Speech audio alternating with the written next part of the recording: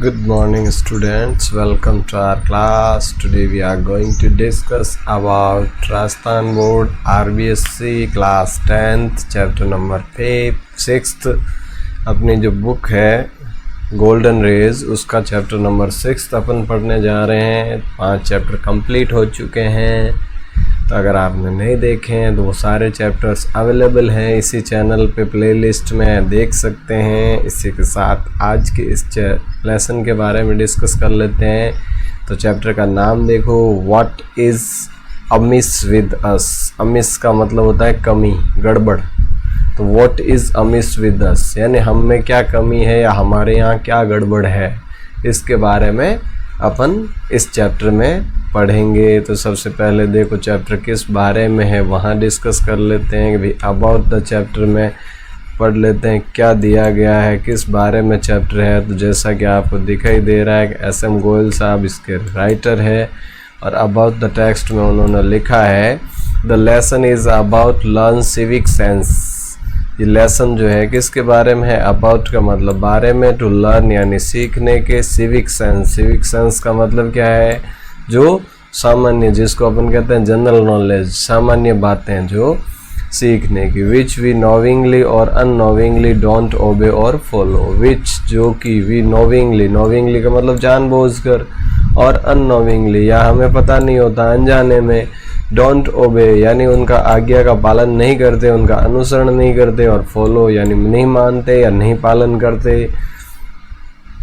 This lesson is very much inspiring to improve our behavior and manners towards others and ourselves. This lesson यानी ये जो chapter है is also है very much inspiring, बहुत ज़्यादा प्रेरित करने वाला, to improve यानी सुधारने में, our behavior हमारे व्यवहार को, and manners और अपने तरीकों को, towards others दूसरों के प्रति, एंड आवर सेल्स और खुद के प्रति। ये चैप्टर हमें बहुत ज़्यादा इम्प्रूव कर रहा है, बहुत ज़्यादा इंस्पायर कर रहा है, प्रेरित कर रहा है अपने व्यवहार को अपने प्रति और दूसरों के प्रति बदलने में, सुधारने में। If we develop civic sense in our selves we can make our life better and healthy.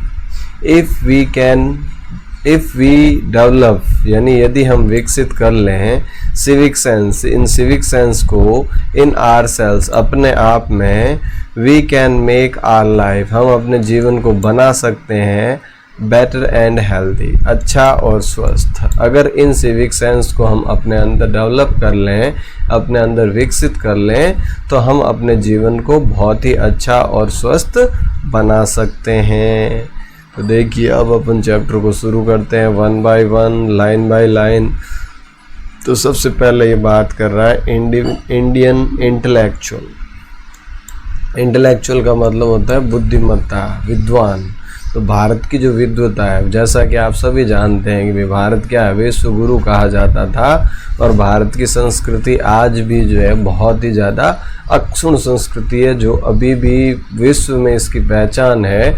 और इसी के कारण जब 1893 में शिकागो के अंदर स्वामी विवेकानंद जी गए थे, तो उन्होंने भी भारतीय संस्कृति का लोहा मनवाया था। उसके बाद जब यूनाइटेड नेशंस के अंदर अटल बिहारी वाजपेयी जी गए थे 1977 में, उन्होंने भी यहाँ की जो संस्कृति है, जो सभ्यता है, उसका लोहा मनवाया था। और पूरा विश्व आज भी भारतीय संस्कृति, भारतीय सभ्यता और भारतीय ज्ञान के बारे में, इसकी विद्वता के बारे में जो है अच्छे से परिचित है। तो अब अपन बात करेंगे इंडियन इंटेलेक्ट यानी भारतीय विद्वता के बारे में। Ours is a nation of intellectuals. अब ये कह रहा है हमारा जो देश है वो क्या है, इंटेलेक्चुअल्स यानी विद्वानों का देश है। हमारा देश विद्वानों का देश है। It is not said out of sheer patriotism. It is not said यानी ये इसलिए नहीं कह रहा हूँ आउट ऑफ शेयर, शेयर का मतलब मात्र, पैट्रियोटिज्म यानी देशभक्ति। मैं ये बात सिर्फ देशभक्ति के कारण नहीं कह रहा हूँ कि भी भारत का रहने वाला हूँ तो कहना ही पड़ेगा, तो सिर्फ देशभक्ति के कारण नहीं कह रहा हूँ। Studies at home and abroad have revealed that. अब ये इससे किससे पता चलता है, studies at home. At home का मतलब यहाँ अपने भारत के अंदर, एंड एब्रॉड और विदेशों में, हैव रिवील्ड यानी उन्होंने इस चीज़ को रिवील का मतलब बताया है। भी जो स्टडीज हुई है, जो अध्ययन हुए हैं, चाहे वो अपने देश के अंदर हो या विदेशों में हुए हो, उन्होंने ये चीज़ बताई है कि भारतीय इंटेलेक्चुअल है। Not long ago, a study was undertaken in School of Britain to find out children of which nation excelled in intelligence. Not long ago यानी बहुत ज़्यादा समय पहले नहीं बहुत ज़्यादा समय नहीं हुआ है। स्टडी एक अध्ययन was undertaken किया गया in the school of Britain, Britain की स्कूल्स में, टू फाइंड आउट ये ढूंढने के लिए, चिल्ड्रन ऑफ विच नेशन कि कौन से देश के बच्चे एक्सेल्ड इन इंटेलिजेंस बुद्धिमत्ता में सबसे तेज है। भी ब्रिटेन स्कूल ऑफ ब्रिटेन में ये अध्ययन किया गया कि किस देश के बच्चे सबसे ज़्यादा इंटेलिजेंस है। इट वॉज डिस्कवर्ड तो ये खोजा गया यानी ये बात सामने निकल कर आई that Indians were superior to the natives of other countries कि भारतीय जो है वो सुपीरियर है बाकी नेटिव कंट्रीज से, दूसरे जितने भी देशों के बच्चे हैं उन सभी देशों के बच्चों से भारतीय बच्चे सबसे ज़्यादा इंटेलिजेंट हैं। If that is truth why are we lagging behind other super powers. अभी कह रहा है अगर यही बात सच है कि भारतीय बच्चे सबसे ज़्यादा बुद्धिमान हैं तो फिर हम कहाँ लैगिंग बिहाइंड, पीछे कहाँ रह रहे हैं अदर सुपर पावर्स, दूसरे जो सुपर पावर कंट्रीज है उन सुपर पावर कंट्रीज से पीछे हम कहाँ रह रहे हैं, हम में ऐसी कौन सी कमी है। Why there is brand drain from our country to other affluent nations? Why यानी क्यों, आर ब्रांड ड्रेन का मतलब क्या है कि जो विद्वान लोग हैं, जो बहुत ज़्यादा इंटेलेक्चुअल पर्सन्स हैं, वो भारत को छोड़ के दूसरे देशों में अपनी सेवाएं देने के लिए चले जाते हैं विदेशों में। जैसा कि आज आप जानते हैं गूगल का जो CEO है सुंदर पिचई इंडियन है, उसी प्रकार से कई सारे ऐसे इंस्टीट्यूट्स हैं, इंटरनेशनल इंस्टीट्यूट्स हैं जिनमें कि इंडियंस का अपना रुतबा है और वो लोग काम करते हैं। तो इसका क्या रीज़न है, क्यों वो भारत में रहकर काम नहीं करना चाहते। ब्रांड ड्रेन का मतलब यहाँ के इंटेलेक्चुअल्स दूसरे देशों में क्यों जाते हैं। From our country to other affluent nations, हमारे देश से, अदर एफ्लुएंट का मतलब अमीर नेशंस देशों में, हमारे देश से अमीर देशों में ये लोग क्यों जाते हैं। Why our imports exceed our exports, हमारा इम्पोर्ट यानी कि जो हमारा आयात है वो एक्सीड ज़्यादा है टू आर एक्सपोर्ट्स, हमारे निर्यात से। क्यों हमारा आयात हमारे निर्यात से ज़्यादा है, यानी कि आयात का मतलब क्या है, वो सामग्री जो हम विदेशों से मंगवाते हैं, और यानी इंपोर्ट का मतलब जो मंगवाने वाला, एक्सपोर्ट का मतलब अपने यहाँ से जो सामान बाहर भेजते हैं जिसको कहते हैं निर्यात।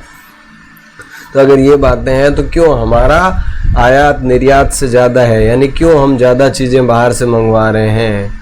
Why we look to developed nations for help and aid where are amiss, क्यों हम look to देखते हैं, look to developed nations यानी विकसित देशों की तरफ, for help मदद के लिए, and aid मदद के लिए क्यों देखते हैं हम दूसरे देशों के लिए। भाई हम जब भी हमारे को कोई हेल्प की ज़रूरत के लिए हम दूसरों का मुंह क्यों ताकें। Where was amiss, where we are amiss यानी हम कहाँ गलत हैं, हमारे अंदर गड़बड़ कहाँ है। तो ये सारी की सारी चीज़ें हमें बताती है कि भाई भारत एक इंटेलेक्चुअल कंट्री है, यहाँ रहने वाले बच्चे जो है सबसे इंटेलिजेंट है पूरे वर्ल्ड में, और फिर भी जो है हमारे देश में बहुत सारी प्रॉब्लम्स है, ब्रांड ड्रेन की समस्या है, चाहे वो एक्सपोर्ट इंपोर्ट की समस्या है, और चाहे दूसरा कोई भी खतरा या विपदा या कोई भी परिस्थिति आए तो हम दूसरों की तरफ देखते हैं, मदद के लिए ताकते रहते हैं।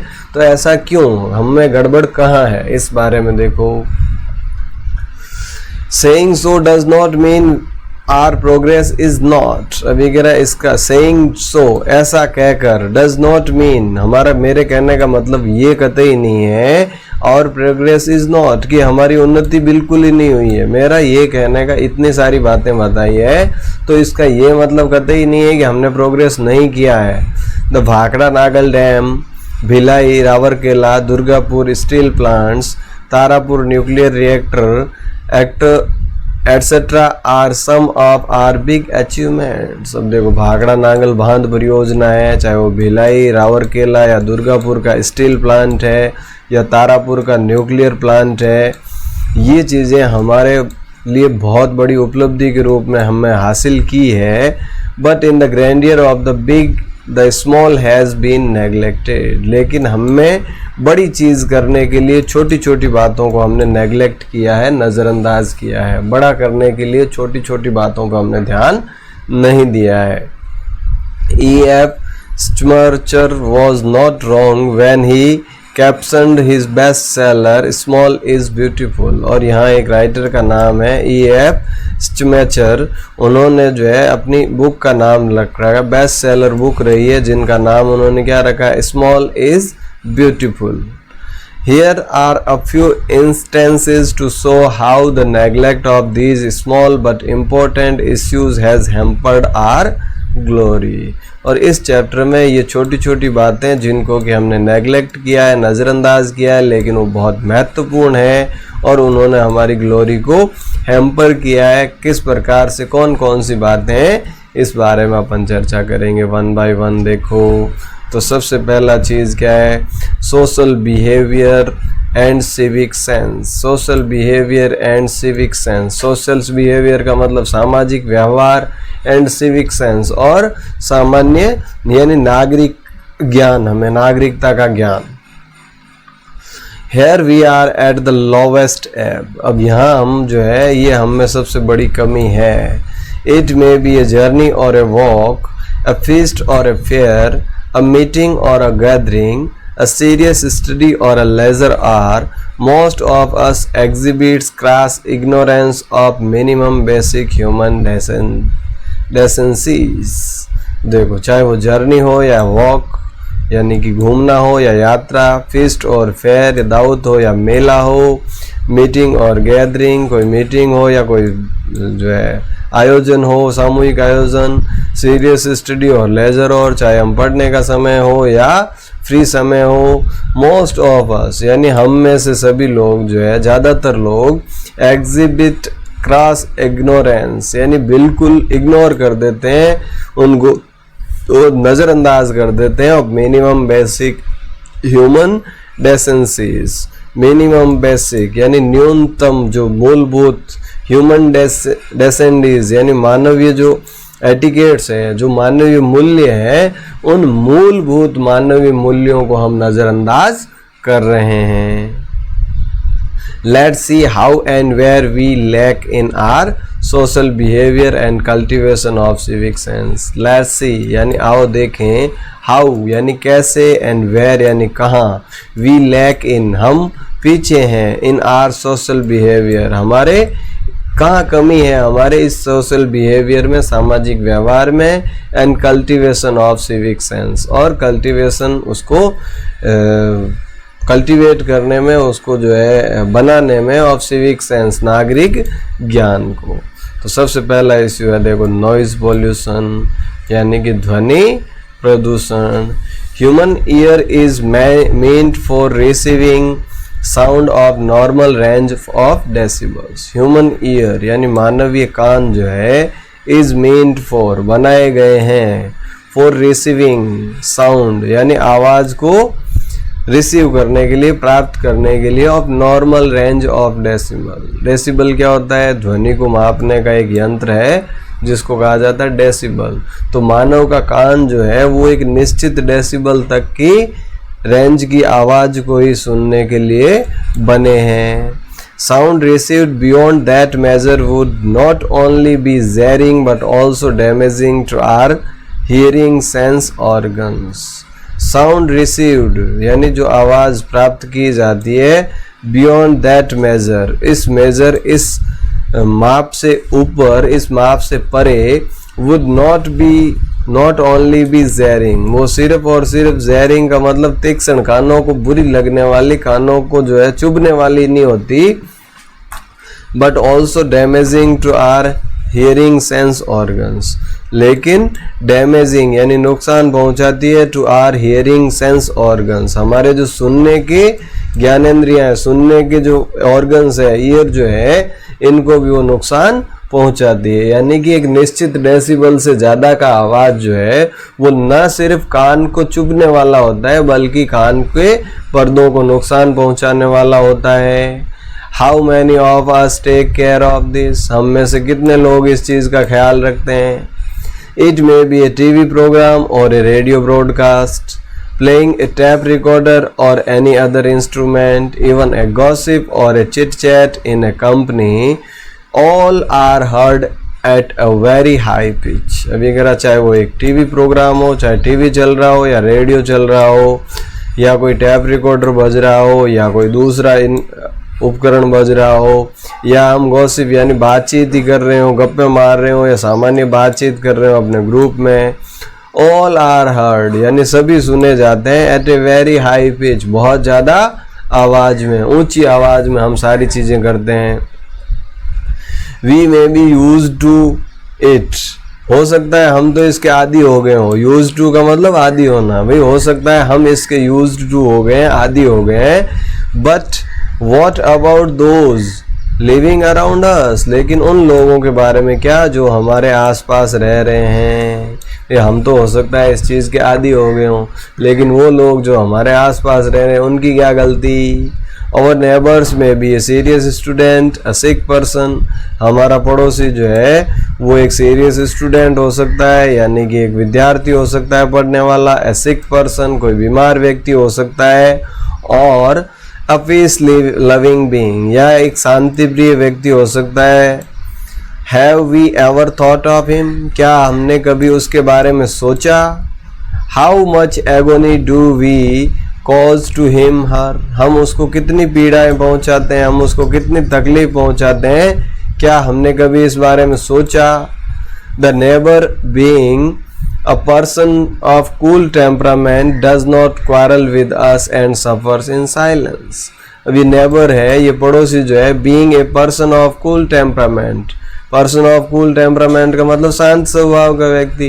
ये पड़ोसी जो है शांत स्वभाव के व्यक्ति होने के कारण does not quarrel with us, हमारे साथ लड़ाई नहीं करता है, एंड सफर्स इन साइलेंस, और चुपचाप सारी चीज़ें सफ़र करता है, भुगतता है, सहन करता है। The poor fellow shut the Windows and doors and put cotton in his ears to reduce the impact of high pitched noise। अब ये बेचारे क्या करते हैं, शट द विंडोज, खिड़कियों को बंद कर लेते हैं, डोर्स दरवाजों को बंद कर लेते हैं, और puts cotton in his years, और अपने कानों में रुई डाल लेते हैं कई बार जब ज़्यादा ही साउंड हो। किस लिए, टू रिड्यूस यानी कम करने के लिए, द इम्पैक्ट यानी प्रभाव को, ऑफ हाई पिच्ड नॉइज बहुत ज़्यादा ऊंची आवाज़ के उस प्रभाव को कम करने के लिए वो ये तरीके अपनाते हैं बजाय आपसे झगड़ा करने के। When shall we learn the simple civic sense, हम इस प्रकार की सामान्य सिविक सेंस कब सीखेंगे। ये क्यों नहीं सीख रहे हैं, क्यों नहीं हम दूसरों की परवाह कर रहे हैं, सिर्फ अपने ही बारे में सोच रहे हैं। It may be a marriage ceremony or any other function, a ritual or a prayer, there is generally a fashion of hiring a loudspeaker to be used the loudest besides engaging a band and other means of producing sound। It may be a marriage, अभी कह रहा चाहे वो कोई शादी समारोह हो, marriage ceremony यानी शादी समारोह हो, और एनी अदर फंक्शन या कोई दूसरा फंक्शन हो, रिचुअल्स कोई धार्मिक त्यौहार हो, या प्रेयर यानी कोई प्रार्थना हो। There is generally a fashion, अब एक फैशन चल चुका है, एक ट्रेंड चल गया है, ऑफ हायरिंग लाउड स्पीकर्स यानी लाउड स्पीकर्स को किराए पे लाना। अब लाउड स्पीकर से भी बात आगे बढ़ गई, डीजे ले आते हैं ना, डीजे को ले आया, to be use the loudest beside the engaging band, और इसको हम लाउडेस्ट यानी बहुत ज़्यादा सबसे ज़्यादा तेज़ बीट पे अपन इसको बजाते हैं, and other means of producing sound, चाहे वो डीजे है या दूसरे ऐसे जो लाउड स्पीकर्स है उनको बहुत ज़्यादा हाई पिच पे बजाया जाता है। The pitch is kept so high, और उसकी पिच जो है इतनी ज़्यादा हाई रखी जाती है, इतनी ज़्यादा वॉल्यूम इसका हाई रखा जाता है, that sensitive beings get shocks, कि जो संवेदनात्मक व्यक्ति है, सेंसिटिव व्यक्ति है, वो तो एकदम शॉक हो जाता है, चौंक जाता है, कांप जाता है। इवन द स्टोन्स और bricks of the building shake, यहाँ तक कि जो है भवनों के जो पत्थर या ईंटें जो है वो भी हिलने लगती है। And the impression is gathered that the building may collapse one day because of this, और इसका प्रभाव ये भी हो सकता है कि कभी कभार एक आध दिन वो बिल्डिंग कोलैप्स हो जाए, ध्वस्त हो जाए। अभी देखा होगा कोई भी शादी पार्टी वगैरह इस प्रकार के फंक्शंस होते हैं तो डीजे को बुलाया जाता है या लाउड स्पीकर्स को बुलाया जाता है, और उनकी जो साउंड है, जो सॉन्ग्स है, वो इतने ज़्यादा हाई पिच पे और इनका बास इतना ज़्यादा होता है कि आसपास में जो है एनवायरनमेंट में भी एक तरह से वाइब्रेशन हो जाते हैं, और साउंड तो हाई पिच पे होती है, जिससे कि आसपास के जो बने हुए भवन हैं उनकी दीवें या दीवारें या पत्थर तक हिलने लग जाते हैं। The vehicles, especially the truck, make living unbearable. Even the drivers blow the horn not only loudly but incessantly, and that too often without any reason.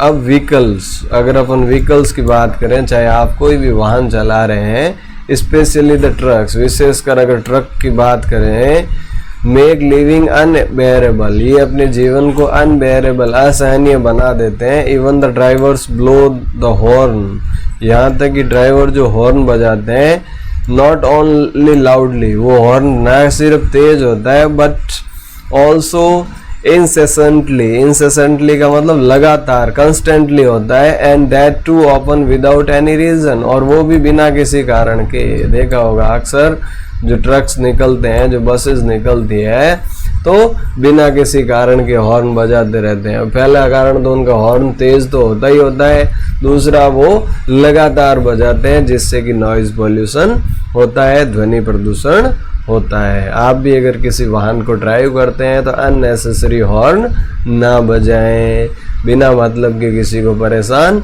नहीं करें। और कई बार तो कुछ शरारती तत्वों को देखा ही होगा कि एकदम से पीछे जाके अचानक से हॉर्न बजाते हैं, और कुछ तो हॉर्न भी डिफरेंट टाइप के अलग अलग आवाज़ों के हॉर्न लगवाते हैं, जिसमें कभी किसी अलग तरह की आवाज़ निकालते हैं, जैसे कि जाते ही एकदम से चौंक जाए सामने वाला। तो इस तरह की हरकतों से हमें बाज आने की ज़रूरत है, हमें जो है ये सिविक सेंस सीखने की ज़रूरत है। The noise pollution caused because of the lack of civic sense, अभी कह ये नॉइज पॉल्यूशन, ये ध्वनि प्रदूषण इसलिए हो रहा है क्योंकि हमें जो है सिविक सेंस की कमी है। And careless social behaviour Mars the sensibilities of our people at large and affects our society. and careless और लापरवाह social behavior marks, इस प्रकार का जो ये सामाजिक व्यवहार है, लापरवाही पूर्व किया जाने वाला सामाजिक व्यवहार है। the responsibilities of people, हमारे लोगों की जो जिम्मेदारियां हैं at large बहुत ज़्यादा है, and affect our efficiency, और ये हमारी कार्य क्षमता को प्रभावित करती है। तो इस प्रकार से अगर कोई भी कमी है या किसी भी प्रकार के नॉइज़ पॉल्यूशन को हमें नियंत्रित करने की ज़रूरत है। अननेसेसरी किसी भी प्रकार से इसको बजाने की ज़रूरत नहीं होनी चाहिए। तो आज के सेशन में अपन इतना ही पढ़ेंगे। आई होप आपको ये समझ में आया होगा और आप इसको निजी लाइफ में अपने इम्प्लीमेंट करेंगे और दूसरे लोगों को भी इस बारे में समझाने का प्रयास करेंगे कि भाई कोई बात नहीं, प्रोग्राम है तो प्रोग्राम अपने लिए है, अपने लिए ऑडिएबल हो उतनी मात्रा में अपन उसको बजाएं। या व्हीकल चला रहे हैं तो अननेसेसरी हॉर्न का प्रयोग नहीं करें। इसी के साथ आज के सेशन को यहीं समाप्त करते हैं। Thank you. जय हिंद, जय भारत।